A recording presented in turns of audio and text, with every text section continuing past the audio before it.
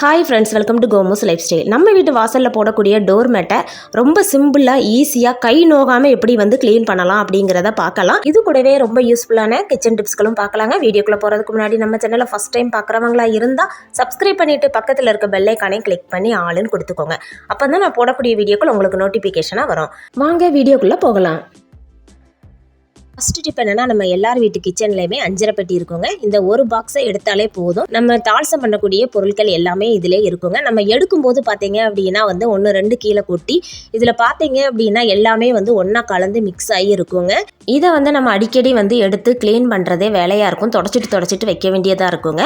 இந்த டிப்ஸை நீங்கள் தெரிஞ்சுக்கிட்டீங்க அப்படின்னா இனிமேல் இந்த அஞ்சரை பெட்டி பாக்ஸை நீங்கள் துடைக்கணும்னு தேவையில்லை. நமக்கு கொட்டுனா கூட ஈஸியாக நமக்கு எடுக்கிறது ரொம்ப ஈஸியாக இருக்குங்க. இதுக்கு ஃபஸ்ட்டு இந்த அஞ்சரை பெட்டியை ஃபஸ்ட்டு நம்ம எல்லாத்தையும் எடுத்து வெளியில் வச்சுட்டு க்ளீன் பண்ணிக்கலாம். நல்லா தொடச்சி எடுத்துக்குவோம். இந்த டிப்பை நீங்கள் தெரிஞ்சுக்கிட்டீங்க அப்படின்னா நீங்கள் அஞ்சரை பெட்டியை அடிக்கடி க்ளீன் பண்ணணும் தேவையே இல்லைங்க. இப்போ நான் இதை நல்லா தொடச்சிட்டு இப்போ ஒரு ஒயிட் ஷீட் பேப்பர் எடுத்துக்கலாம். நீங்கள் எந்த பேப்பர்னாலும் எடுத்துக்கோங்க. நான் வீடியோவில் காட்டுற மாதிரி இந்த மாதிரி மடித்து எடுத்துக்கோங்க. நம்ம உள்ளே இந்த பேப்பரை போடும். அதனால் உள்ள அந்த கரெக்டான அந்த சர்க்கிள் வடிவத்துக்கு நம்ம இதை கட் பண்ணி எடுத்துக்கலாம். இந்த மாதிரி கட் பண்ணும்போது நம்ம ஈஸியாக கட் பண்ணி எடுத்துக்கலாம்.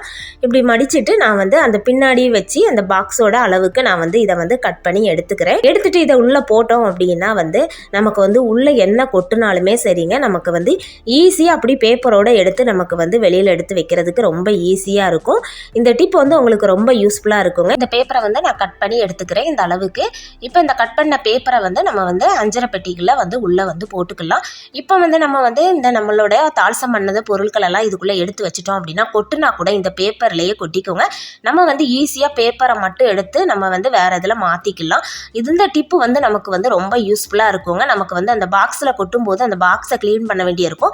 இது பேப்பர்லேயே கொட்டுறதுனால நமக்கு அந்த பேப்பர்லேயே இருந்துக்கோங்க. நமக்கு பாக்ஸை க்ளீன் பண்ணணும்னு தேவையில்லை.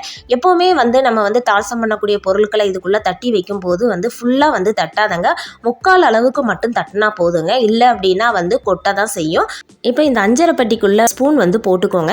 எப்போவுமே மற்ற ஸ்பூன் எடுத்து யூஸ் பண்ணுறதுக்கு இதுக்குள்ளேயே ஒரு ஸ்பூனை நம்ம போட்டுட்டோம் அப்படின்னா நமக்கு எடுக்கிறதுக்கு ஈஸியாக இருக்கும். தண்ணி எதுவும் படமும் செய்யாது. நமக்கு உள்ளே இருக்கிற அந்த தாள்சம் பண்ண பொருட்களும் கெட்டே போகாதுங்க. இந்த டிப் பிடிச்சிருந்தா மறக்காமல் சப்ஸ்கிரைப் பண்ணிக்கோங்க. அடுத்த டிப்பு உங்களுக்கு ரொம்பவே யூஸ்ஃபுல்லாக இருக்குங்க.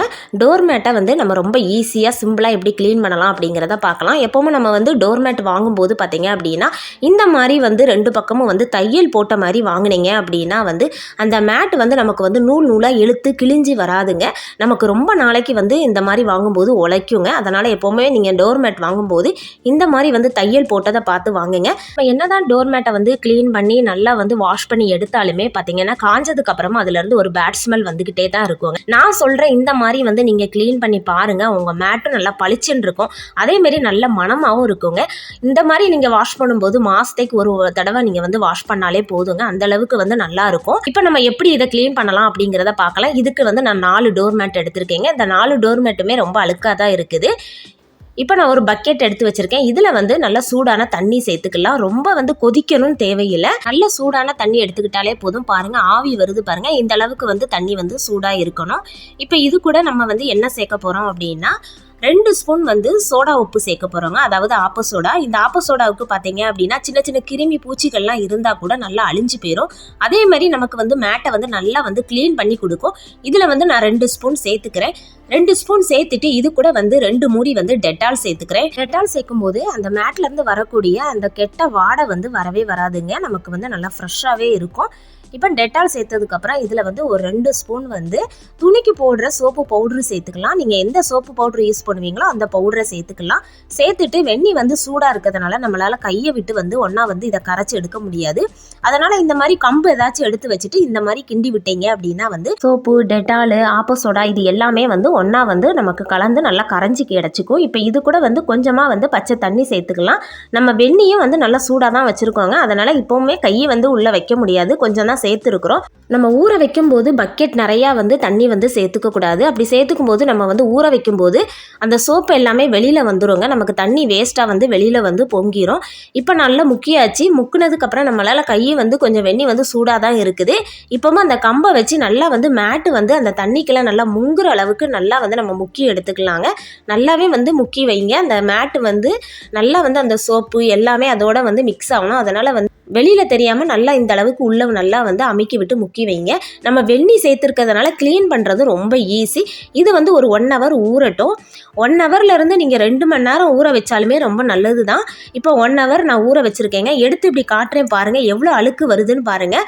வெந்நி ஊற்றிருக்கிறதுனால நமக்கு வந்து இருக்கிற எல்லா அழுக்கையுமே வந்து எடுத்துருங்க. அதேமாரி ஆப்ப சோடாவும் ரொம்ப நல்லது. அதுவுமே பார்த்திங்கன்னா க்ளீனிங்க்கு ரொம்பவே நல்லதுங்க. நம்ம வந்து எப்போ மேட்டு வாஷ் பண்ணும்போது ப்ரஷ் போட்டு வாஷ் பண்ணாதங்க. வாஷ் பண்ணிங்க அப்படின்னா வந்து அந்த துணியெல்லாம் பார்த்திங்கன்னா கிழிஞ்சிக்கிட்டு வந்துடுங்க, நூல் நூலாக இழுத்துக்கிட்டு வரும். அதனால் வந்து இப்படி கைட்டை லைட்டாக வந்து தேய்ச்சி விட்டாலே போதும். ஏன்னா நம்ம வந்து சோப்பு பவுட்ரு, ஆப்ப சோடா, டெட்டாலு எல்லாமே சேர்த்து நம்ம ஊற வச்சுருக்கிறதுனால நம்ம வந்து இதை வந்து ப்ரஷ் போட்டு வாஷ் பண்ணணும் தேவையே இல்லை. இந்த மாதிரி லைட்டாக கைட்டை தேய்ச்சி விட்டுட்டு குத்தி பிடிஞ்சாலே போதுங்க. உங்கள் மேட்டு ரொம்ப அழுக்கு இல்லை அப்படின்னா அப்படியே முக்கி வச்சதை அப்படியே நீங்கள் எடுத்து தண்ணி வச்சு அலசினாலே போதும். இந்த மாதிரி கைட்டை கூட தேய்ச்சி விடணும்னு தேவையில்லை. இப்போ பார்த்தீங்கன்னா நான் லைட்டாக தான் தேய்ச்சி விட்றேன். நமக்கு வந்து அதிலே வந்து முக்கி வைக்கிறதுலே நமக்கு வந்து அழுக்கு வந்து போயிடும். இந்த மாதிரி தேய்க்கணும் கூட தேவையில்லை. நான் வந்து வீடியோக்காக தேய்ச்சி காட்டுறேன் பாருங்கள், எவ்வளோ அழுக்கு வருதுன்னு பாருங்கள். நல்லாவே வந்து நமக்கு வந்து அந்த ஊற வச்சுருக்கிறதுலே நமக்கு வந்து அழுக்கு எல்லாமே போயிடும். இப்போ நான் காட்டுறேன் பாருங்கள் எவ்வளோ அழுக்கு இருக்குதுன்னு. இந்த தண்ணியில் மேட்டில் இருக்க அழுக்கு எல்லாமே வந்துருச்சுது பாருங்கள். தண்ணி எவ்வளோ அழுக்காக இருக்குதுன்னு நல்லாவே நமக்கு வந்து க்ளீன் பண்ணியிருக்குது. இந்த மாதிரி லைட்டாக வந்து நீங்கள் தேய்ச்சி கொடுத்துட்டு கையை வச்சு குத்தி புடிஞ்சாலே போதும். உங்களுக்கு அது கூட வேண்டாம்னு நினச்சிங்க அப்படின்னா வந்து நம்ம அலசியே எடுத்துடலாம் டைரெக்டாக. பாருங்கள் எவ்வளோ அழுக்கு இருக்குதுன்னு. 3 to 4 வாட்டி வந்து தண்ணி வச்சு மேட்டை வந்து நம்ம நல்லா வந்து அலசி எடுத்துக்கலாம். அப்போ தான் வந்து நல்லாயிருக்கும்.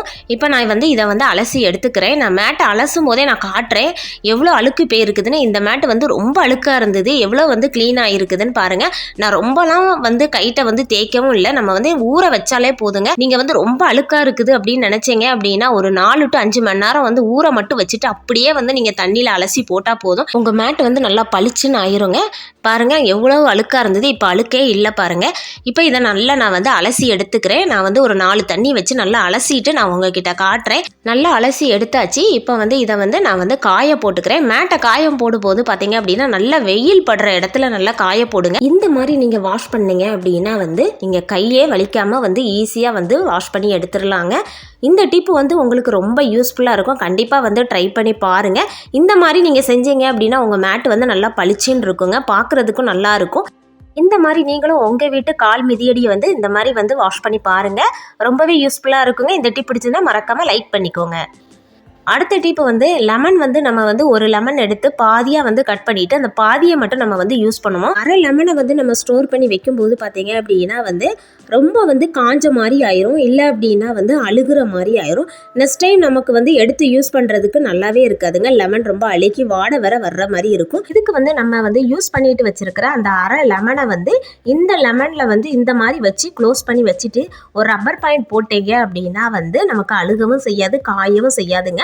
நம்ம எப்படி கடையிலேருந்து வாங்கிட்டு வந்தோமோ அந்த மாதிரி நல்லா ஃப்ரெஷ்ஷாக இருக்கும். இது வந்து நமக்கு வந்து ஒரு மூடி மாதிரி யூஸ் பண்ணுறதுங்க. அதனால் எப்பவும் கட் பண்ண அந்த லெமனை எடுத்து இந்த மாதிரி வந்து நீங்கள் க்ளோஸ் பண்ணி வைங்க. இந்த டிப் உங்களுக்கு ரொம்ப யூஸ்ஃபுல்லாக இருந்திருக்கும்னு நினைக்கிறேன்.